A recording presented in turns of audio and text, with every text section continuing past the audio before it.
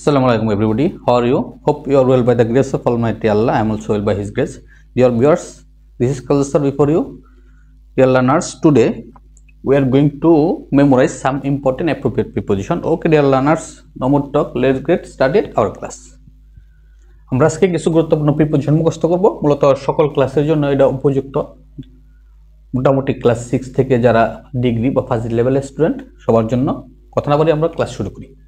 Contact with আমরা জানি contact শব্দের অর্থ হচ্ছে যোগাযোগ। কন্টাক্টের সাথে উইথ বসে, কন্টাক্ট উইথ যোগাযোগ করা, অর্থাৎ কন্টাক্ট উইথ অর্থ হচ্ছে কারোর সাথে, কোনো ব্যক্তির সাথে যোগাযোগ করা। এসকেপ শব্দের অর্থ হচ্ছে কোনো কিছু থেকে বিরত থাকা, মুক্তি লাভ করা। এসকেপ ফ্রম কোনো কিছু থেকে মুক্তি, অর্থাৎ কোনো কিছু থেকে বিরত থাকা, কোনো সমস্যা থেকে, কোনো অসুস্থতা থেকে মুক্তি লাভ করা। ফেথ শব্দের অর্থ হচ্ছে বিশ্বাস। ফেথ ইন কোনো কিছুতে বিশ্বাস, অর্থাৎ কোনো কিছুর মধ্যে বিশ্বাস নিহিত থাকা, কোনো কিছুর অস্তিত্বে হোক, কোনো কিছুর মধ্যে বিশ্বাস নিহিত থাকা অর্থে হচ্ছে ফেথ ইন। তারপরে হচ্ছে ফ্যামিলিয়ার অর্থ হচ্ছে পরিচিত। ফ্যামিলিয়ার উইথ পরিচিত, অর্থাৎ কারোর সাথে পরিচিত বা কোনো পরিচিত ব্যক্তি। Familiar with. ফুল শব্দের অর্থ হচ্ছে পরিপূর্ণ, সম্পূর্ণ।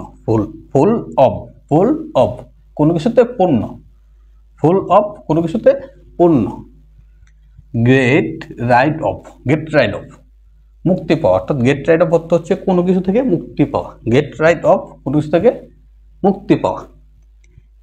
গিভ শব্দের অর্থ হচ্ছে দেওয়া। গিভ শব্দের অর্থ কি? দেওয়া। গিভ আপ শব্দ কি একসাথে? গিভের সাথে আপ বসে, গিভ আপ অর্থ হচ্ছে ত্যাগ করা, ছেড়ে যাওয়া। গিভ আপ, ত্যাগ করা। Okay dear learners, no more talk. Don't forget to like, comment and share. আসসালামু আলাইকুম।